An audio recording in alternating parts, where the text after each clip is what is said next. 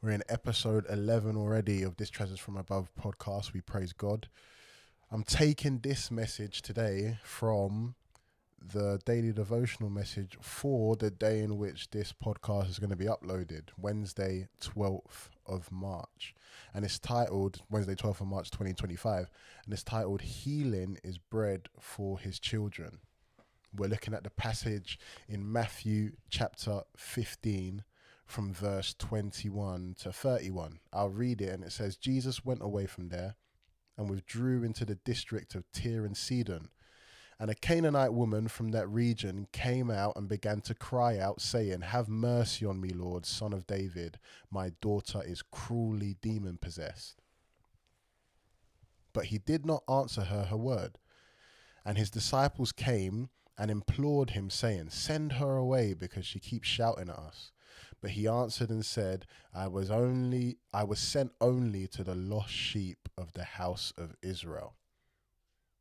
Now this is interesting, because from the outside it can kind of look like Jesus is contradicting himself.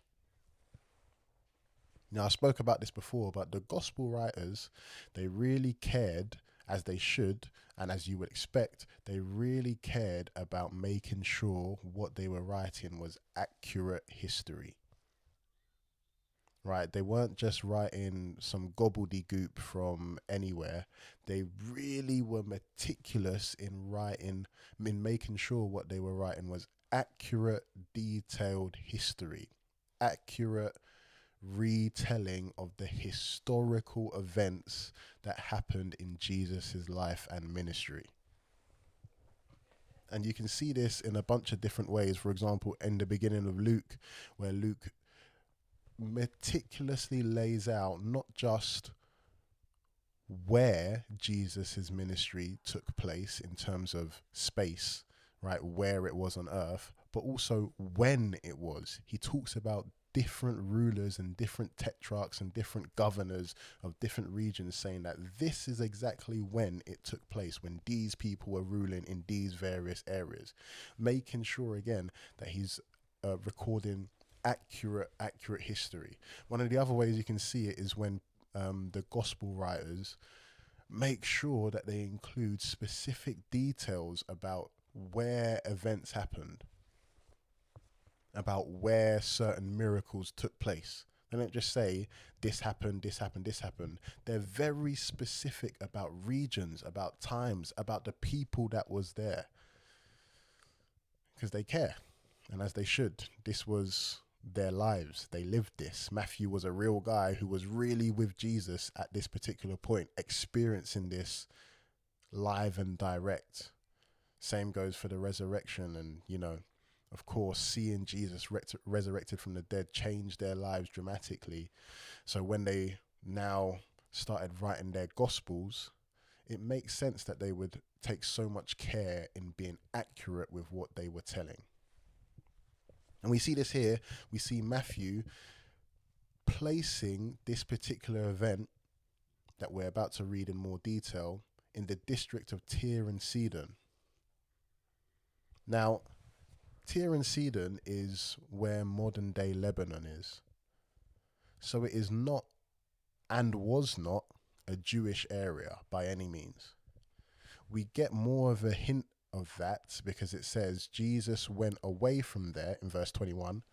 It says Jesus went away from there and withdrew into the district of Tyre and Sidon, meaning he was previously in a place and then he withdrew from that place to now this outside area of Tyre and Sidon. And that place where he was previously would have been where his ministry was, or where his ministry primarily was, which is Judea, where the Jews lived, where the Israelites lived. And Matthew says this particular event happened at a time when Jesus withdrew himself from Judea, withdrew himself from where the Israelites were living at that particular point, into an outer district called Tyre and Sidon. And then we see in verse 22, and a Canaanite woman from that region. So that region was where Canaanites were living, not where Jews were living, where Canaanites were living, came out and began to cry out, saying, "Have mercy on me, Lord, son of David. My daughter is cruelly demon possessed." But he did not answer her a word. And his disciples came and implored him, saying, "Send her away, because she keeps shouting at us." But he answered and said, "I was sent only to the lost sheep of the house of Israel." Now, this is interesting. Jesus, right there, he says, "I was sent only to the lost sheep of the house of Israel," yet he's withdrawn himself away from them. We've just seen from Matthew that he's not in Judea. He's not where the lost sheep of the house of Israel are. He's withdrew himself outside of that to the district of Tyre and Sidon, where there aren't really any Jews, mainly Canaanites, Syrophoenicians, people like that. Maybe they have distant ancestors that are Jewish, but they would not be considered Jewish at this point. We also get evidence that they're not considered Jewish because Matthew, a Jew, Levi, Matthew, a Jew, himself refers to the woman that Jesus is speaking to as a Canaanite woman, not a Jewish woman. So they were not considered Jews. Even though they may have had distant ancestors that were Jewish, they were not considered Jewish. They were not considered sheep of the house of Israel, whether lost or found. They were not considered that. So this is interesting. Jesus is saying that he's been sent to the lost sheep of the house of Israel, yet he has withdrawn himself from the lost sheep of the house of Israel. Why? It's an interesting question. Verse 25, "But she came and began to bow down before him, saying, 'Lord, help me.' And he answered and said, 'It is not good to take the children's bread and throw it to the dogs.' But she said, 'Yes, Lord, but even the dogs feed on the crumbs which fall from their master's table.' Then Jesus said to her, 'O woman, your faith is great. It shall be done for you as you wish.' And her daughter was healed at once." So not only we have that statement from Jesus saying he was sent only to the lost sheep of the house of Israel, but not only is he not in the region of the lost sheep of the house of Israel, but he's also helping a woman that is a Canaanite, or in other words, not one of the lost sheep of the house of Israel. I'll carry on reading. Verse 29 says, "Departing from there, Jesus went along the Sea of Galilee, and having gone up on the mountain, he was sitting there. And large crowds came to him, bringing with them those who were lame, crippled, blind, mute, and many others. And they laid them down at his feet, and he healed them. So the crowd marveled as they saw the mute speaking, the crippled restored, and the lame walking, and the blind seeing. And they glorified the God of Israel." Now, there's a really interesting detail that Matthew includes at the end of that passage I just read. At the end of verse 31, he says, "And they glorified the God of Israel." That's a very specific thing that Matthew is including there. The God of Israel. God of Israel. That's a very Old Testament-y type of phrase. I think that phrase turns up in the Bible around 460 times, and I think around 440 of them are in the Old Testament. God of Israel, that phrase doesn't turn up a lot in the New Testament. And even more so, it turns up even less in the Gospels. It's only used twice in the Gospels. Once at the beginning of Luke chapter 1, verse 68, and the other time right here, Matthew 15:31. God of Israel, that term, Matthew only uses it once in his entire gospel. He doesn't ever use that term again in his gospel. He never used it before, never used it after. This is the one and only time he specifies God of Israel. Why is that? You see,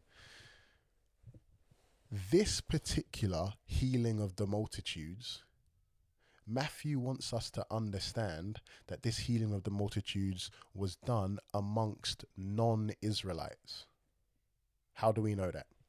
Well, we can see in verse 29, he says, departing from there, Jesus went along the Sea of Galilee, and having gone up the mountain, he was sitting there. So Jesus hasn't actually crossed back into Judea. He's still in outer regions where there aren't Jews. We get further evidence of that right at the end of Matthew chapter 15 and at the beginning of Matthew chapter 16. At the end of Matthew chapter 15 and verse 39, it says, and sending away the crowds, Jesus got into the boat and came to the region of Magadan. So now Jesus has got into a boat and he's crossed back over into Judea. We can see at the beginning of Matthew chapter 16 and verse 1, it says, the Pharisees and Sadducees came up, and testing Jesus, they asked him to show them a sign from heaven. So now we can see Jesus has returned back to Judea, where there are Israelites, where there are Jews, and now he's encountering Jewish sects like the Pharisees and the Sadducees. He wasn't encountering people like that where he just was, because he wasn't in a Jewish area. Even during that healing of the multitudes, he wasn't in a Jewish area. Now, this also links to why Matthew specifies God of Israel, because in that non-Jewish area, they of course had other gods that they would worship. But after seeing the multitudes being healed by Jesus, they glorified the God, and not just any God, but specifically Matthew wants us to know that they turned from the gods they were worshipping to glorifying the God of Israel. And that is a specificity he doesn't ever use in any other part, because he doesn't need to.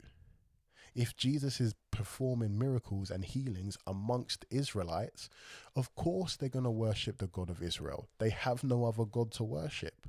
But if he's performing those miracles amongst non-Israelites, then it makes sense for Matthew to specify that who they started glorifying as a result of those miracles was the God of Israel. Now, this is interesting.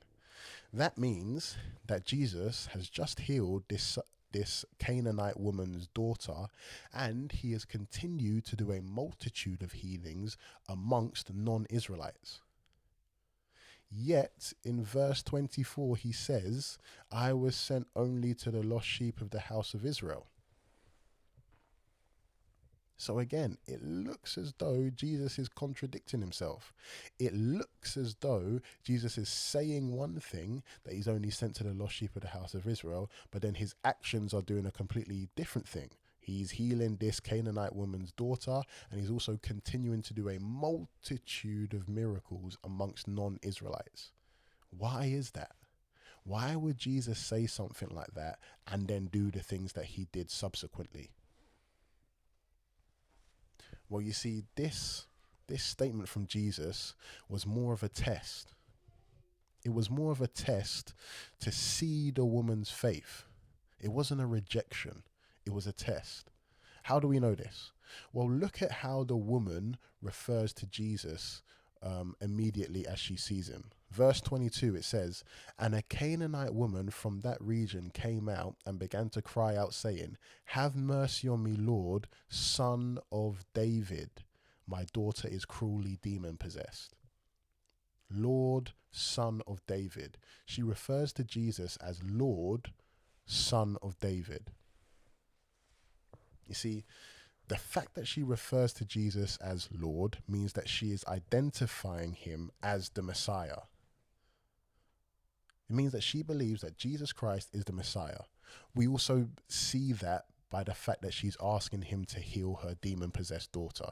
You're not going to ask just anybody to do that. You're going to ask the Messiah to do that. But also, the fact that she's identifying him and calling him son of David means she has some understanding about the prophecies of the Messiah. She has some understanding about who the Messiah is prophesied to be. She wouldn't refer to him as son of David if she didn't know that. That is something that she could only know by understanding the prophecies about the Messiah. She called him son of David. That's no accident. She understands, one, that he's the Messiah, and two, who the Messiah is actually prophesied to be. Now, if she understands that the Messiah is prophesied to be a son of David from the line of David, then she would also understand that many of the prophecies say that the Messiah is sent to the children of Israel, at least first. Right? Maybe not, well, definitely not forever and or only the children of Israel forever, but at least first the prophecy, she would understand that the prophecies say that the Messiah will be sent to the children of Israel. That's something that she would understand if she's referring to Jesus as son of David. Now, of course, if she understands that, Jesus knows that she understands that. So by saying to her, I'm only sent to the lost sheep of Israel,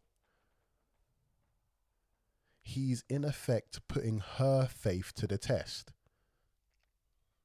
She knows the prophecies about the Messiah being sent to the children of Israel. Jesus knows that she knows that. So now Jesus is seeing, will your faith be able to procure the healing that you want, even knowing that the prophecies say, I, the Messiah, am sent to the children of Israel? It was a test. It wasn't a rejection. It wasn't Jesus saying, I'm not going to heal you. Obviously, it wasn't, because he just gave her, or at least her daughter, the healing. So it was a test to see whether or not her faith could meet the standards that it would need to meet for her to receive the healing she was asking for. And she passed it. And one of the ways in which she passed it was by having the right heart posture towards Christ. What do I mean by heart posture? I mean the way in which in her heart she viewed herself in relation to Jesus Christ. You see, Jesus said in verse 26, it is not good to take the children's bread and throw it to the dogs. You see, the children he's referring to here are the children of Israel by the flesh. The bread he's referring to here is healing, because that's what she's asking for. And the dogs he's referring to here are all non-children of Israel, including this Canaanite woman and her daughter. So Jesus is saying, he's testing her by saying, it's not good to take healing, which the Messiah being sent to the children of Israel is supposed to give to the children of Israel, and give it to non-Israelites. He's testing her. And then look at how this Canaanite woman responds. In verse 27, it says, but she said, yes, Lord, but even the dogs feed on the crumbs which fall from their master's table. You see, healing is a right, and it's a right that is afforded to all people. You see, when Jesus took those stripes and procured our healing through his sufferings, it wasn't restricted to any people group. It wasn't restricted to Jews. It wasn't restricted to non-Jews. It wasn't restricted to people living at a certain time or living in a certain area. It was for all people for all time. And it's a right. There is no devil, no demon, no power of anything that can stop anyone from receiving that right, because the work is already finished. It's already done. However, the only way a person can procure that right for themselves, can access that right, is through humility. Let me give you another example. Every human has the right to the blood of Christ and salvation. However, you can only access that right through humility. You see, when you accept Christ as your Saviour, and when you accept his redemptive work on the cross, and when you ask him to wash you clean with his blood, what you are saying is that there is no way, no chance, no ability for you in and of yourself to be righteous and holy. There is no possibility for you to meet the absolute perfect standard of holiness that God has in and of your own ability, that you are completely helpless in doing so. Therefore, you need the redemptive work of Christ. That's actually what you're saying when you receive Christ. And that's humility. You've got a right. You've procured your right. It is your right to get the blood of Christ, to receive salvation, because the work is finished. It's your right to get it, but the only way in which you can get it is through humility. And it's the same thing with healing. Jesus has suffered for us. It's already done, and it's our right to be healed by his stripes. However, the only way in which we can receive that right is through humility. And that is evidenced here, or shown here, in this Canaanite woman's response. She could have easily maybe rejected Jesus and said, I'm not a dog, I'm a child, or something like that. But she didn't. She accepted it. Verse 27 says, but she said, yes, Lord. Meaning when Jesus was referring to her as a dog, and by the way, this term dog wasn't, it didn't mean something derogatory like it does now, back then. Back then, it was just a term for somebody who wasn't a child. It wasn't a derogatory term. So by accepting yes, well, by Jesus referring to her as a dog, he was simply just referring to her as not a child of Israel. He wasn't being insulting in any way. But she responded by saying, yes, Lord, meaning she accepted that place. She didn't fight against it. She humbly accepted that role of being a dog. And she said, but even the dogs feed on the crumbs which fall from their master's table. The yes, Lord, was the humility. That's the humility that gives her access to her right for healing. And that's what's necessary for us as Christians, even today, even now and today, to procure this right that we have of healing. We need to be humble. We can also see it when Jesus carries on and heals the multitudes in these outer regions as well. Reading from verse 30, it says, and large crowds came to him, bringing with them those who were lame, crippled, blind, mute, and many others. And they laid them down at his feet, and he healed them. You see, other versions, instead of saying laid them down, other versions says, and they cast them down at his feet, and he healed them.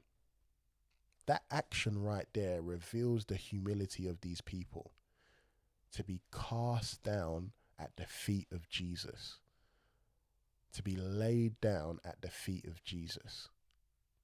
And then he healed them. Laid down at the feet of Jesus, and then he healed them. That's the heart posture that's needed to procure that right of healing. Humility.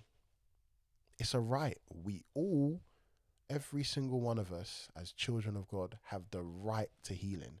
Jesus Christ suffered 39 stripes, suffered those stripes for our sake, and it is done. The work is finished. It is our right, which no one and no power of any darkness can stop us from getting that right. It is already finished.